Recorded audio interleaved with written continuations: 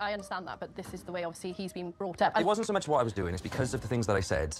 That I was hearing as being like a bit judgmental of women. But like you well, better. Sorry. No, for example, worried that Ash was like, women equals dresses. You've not seen the signs on the toilets. Not my fault.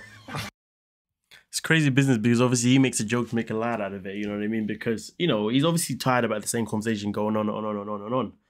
And even his mum and his sister laugh, but then she just said, Grace just sits there like, yeah. And then to make it worse, you know, he's then, oh, I'm sorry.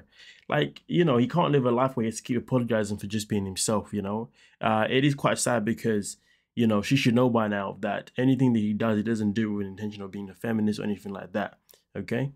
And it is quite frustrating that it feels like he's changing, and she's just not actually accepting it or embracing it or enjoying it. Do you see what I'm saying?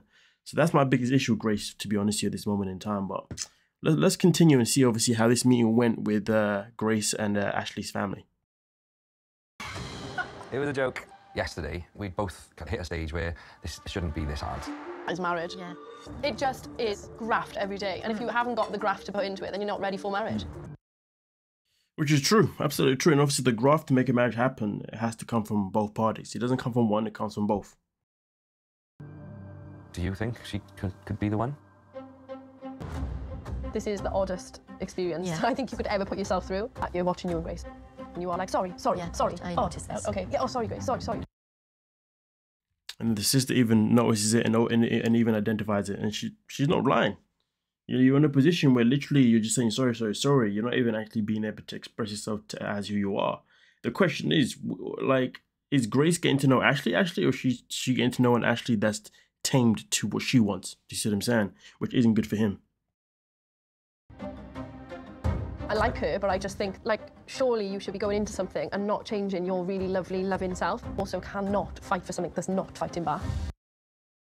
And obviously, each time we see them on screen, we never really see them in a point where we can say that they are fighting for each other. No, where we feel like she's fighting for the relationship as much as she is. Each time we see them, all she ever does is complain. Still yet to hear her say anything good about the guy. I cannot sit here and go, yeah, she's going to be the one. If I felt like she wasn't trying, I wouldn't be here. I wouldn't. Softened so much since the wedding. And I've already seen a difference with her just today. Oh, that's good.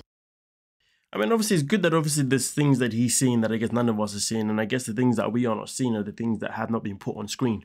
You know what I mean? So obviously the things that have been put on screen have highlighted Grace always complaining about him and never actually praising him or them looking like they were in a great mood. I mean, apart from like, I think it was like episode 3 when obviously they were on the honeymoon. I think it's like, that's the only time I've seen them two actually, you know, joke and laugh together with no issues whatsoever. A lot of the times when it comes to the jokes and laughs, see, there's always a point where she has to bring down the energy. You know, it's just so deflating. So it's like 2 steps forward, 1 back. Yeah. We're compensating, saying, sorry, Grace, sorry. You know, that's just something I picked up on today. I really like his sister, but she's not afraid to say as it is, and she's right. End of the day, she told her brother that, listen, you're compensating with the sorry. Grace comes back into the room and tells her, listen, this is what's happening. You know, you're putting him in a position where he has to keep compensating for certain things, saying sorry, when he shouldn't be doing that. You know, because you're not allowing him to breathe. You know? Sounds like all I've done is complain about Ash. I just want to emphasise, there's so much I do love about Ash. Definitely, and obviously seeing you guys is always like more like evidence that you are the person that you're putting forward, and I can relax a bit and stop looking for things that... It's quite sad that she had to wait for his family to come in to then be like, okay, you know what, you are the person that you're putting forward. Like the whole idea of the experiment, the whole idea of you being experienced so far was to be able to figure that out, but on your own. Can this person be trustworthy or not? Is this person my person? Did it make me feel how I want to feel? The fact that she's only recognized it only because his sister put her on blast is actually crazy business, to be honest with you. You know, it shouldn't have come down to this.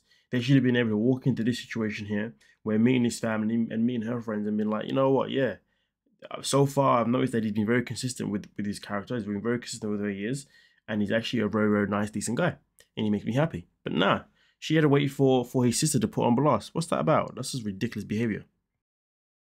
It might be, you know, not maybe right. Like stop like 7 with certain things. He is a puppy dog, realistically, that just wants love. And he'll give you anything as long as you give him a little bit of love back. But isn't it crazy that all it took was an episode with his sister to let her know what's missing and to let her know what she's actually doing that's not fair on him, for her to be like, you know what, you're right.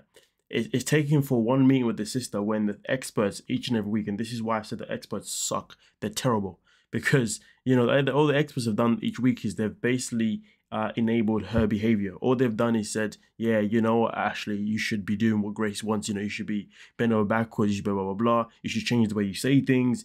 Like really trying to mold him into someone that he's not, you know, into someone that is built for Grace, which is not the way because a relationship is not one-ended. And that's why these experts, oh God, I get it. The experts have to give advice based on keeping couples there and keeping the show going. I completely get it.